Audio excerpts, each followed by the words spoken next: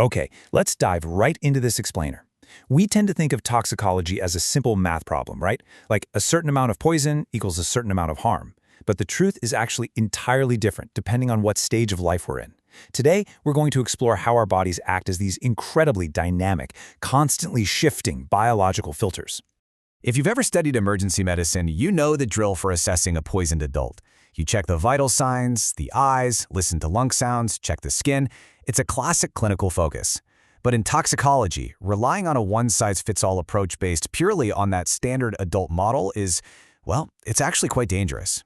Because taking that standard approach completely falls apart when we're dealing with, say, a vulnerable toddler versus a frail elderly person. Why? Because the body is literally a shifting chemical filter over time. The physiological rules that govern a healthy 30-year-old just flat out do not apply to an 80-year-old or to an unborn child. So, here is our life cycle map for today. 1. Poisoning in the womb. 2. Pediatric exposures. 3. The geriatric toxicity paradox. 4. Post-mortem toxicology mysteries. And 5. Life after toxic death. Section 1. Poisoning in the womb. Reproductive and perinatal principles. As we start charting this timeline of human development, get this, it's a truly mind-blowing biological fact.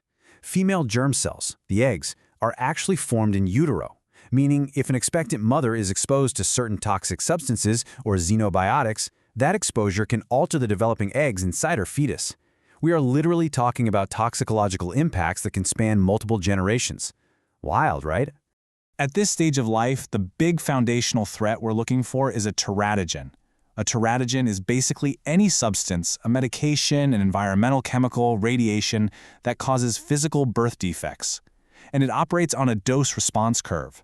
So there's a threshold below which no harm occurs, but once you cross that line, the developing organism is severely impacted, even if the mother feels perfectly fine. Now you might be wondering, doesn't the placenta protect the baby? Well, unfortunately, it's not a perfect filter. Most xenobiotics easily enter the fetal circulation through passive diffusion, especially if they're lipid-soluble and have a low molecular weight. See, the placenta has way fewer biotransforming enzymes than an adult liver, so it can't act as an impenetrable shield. Toxins absolutely can, and do, slip right through. Section 2. Pediatric toxic exposures. Epidemiological data from poison information centers highlights something pretty staggering. Kids under 6 account for more than half, 53% of all reported toxic exposures. Why? Well, the peak age for poisoning is between 1 and 3 years old. It makes sense if you think about it. It's that exact moment when toddlers get the mobility to explore, the fine motor skills to grab things, and this unstoppable biological drive to put absolutely everything into their mouths. Thankfully, these usually involve common, relatively non-toxic household products. However, while most pediatric exposures are just exploratory accidents, we do have to look at the darker side. Medical professionals are highly trained to spot the clinical warning signs of intentional child abuse via poisoning. We're talking about a clinical history that simply doesn't match the toxicological findings, mysterious unwitnessed seizures, or maybe an unexplained rare disease. It's a really sobering reminder that the context of the poison is just as critical as the chemical itself. Section 3. The geriatric toxicity paradox. So toddlers are getting poisoned the most frequently, but the epidemiological data reveals a grim reality at the other end of the lifespan. It's the elderly population, specifically folks over 80 who have the absolute highest fatality ratio from toxic exposures. It's this fascinating yet tragic paradox. Toddlers swallow toxins constantly but rarely die. The elderly are rarely exposed, but when they are, it's incredibly lethal. And the root of this paradox? It's all about pharmacokinetic changes. Between the ages of 30 and 80, a person's glomerular filtration rate, which is basically the kidney's ability to filter waste, drops by an average of 50%. On top of that, lean body mass and total body water decrease. Essentially, the body's primary filtration and dilution systems are breaking down. This turns perfectly normal standard medication doses into active toxic threats that just linger in the system.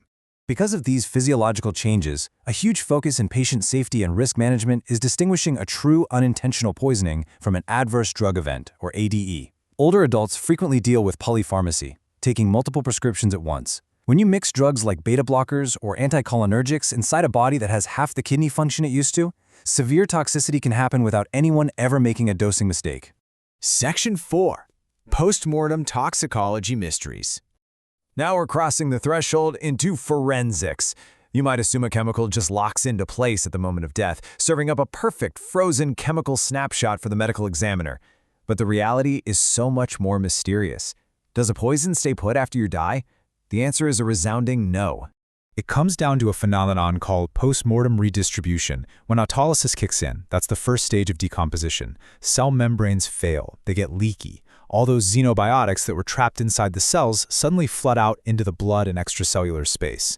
Because of this, a drug's blood concentration can actually be way higher at the time of an autopsy than it was at the exact second the person died. It makes interpreting postmortem drug levels incredibly tricky. And what happens when traditional blood and tissue samples degrade completely? Well, toxicologists turn to nature. Forensic pathologists rely on intimate toxicology. Certain insects, like the blue bottle fly, are drawn to human remains within hours. By analyzing the larvae feeding on the tissue, scientists can not only estimate the time of death based on the bug's life cycle, but they can actually detect the exact chemical toxins the person ingested long after the body's fluids have completely vanished. Section 5. Life after toxic death, organ procurement. Certain severe poisonings, from stuff like cyanide, carbon monoxide, or massive overdoses of sedative hypnotics, are notoriously lethal because they aggressively target the central nervous system, causing irreversible brain death. But here is the incredible part. While the brain might succumb to the poison, the body's other organs are often remarkably resilient. Time is absolutely critical here. If supported quickly, transplant teams can successfully procure organs like hearts, kidneys, corneas, and livers. We literally have documented cases of successful transplants from donors who died of severe poisonings from carbon monoxide, cyanide, and even acetaminophen. The recipient essentially receives a perfectly healthy organ, despite the lethal toxins that were swimming in the donor's system. And the data totally backs this up.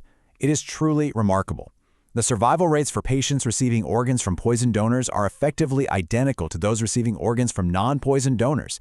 It sits right around 75% in the first year. It just goes to show that the resilience of human organs, when supported fast enough, can outlast the devastating systemic effects of a fatal toxic exposure. As we've seen today, from the permeable filter of the womb to the leaky cells on the autopsy table, the rules of toxicology are constantly shifting based on our stage of life. It definitely leaves us wondering, as we continue to map out exactly how our bodies process complex chemicals at every age, what new forensic and medical breakthroughs are waiting for us right around the corner. Thanks so much for joining me for this explainer, and keep questioning the science around you.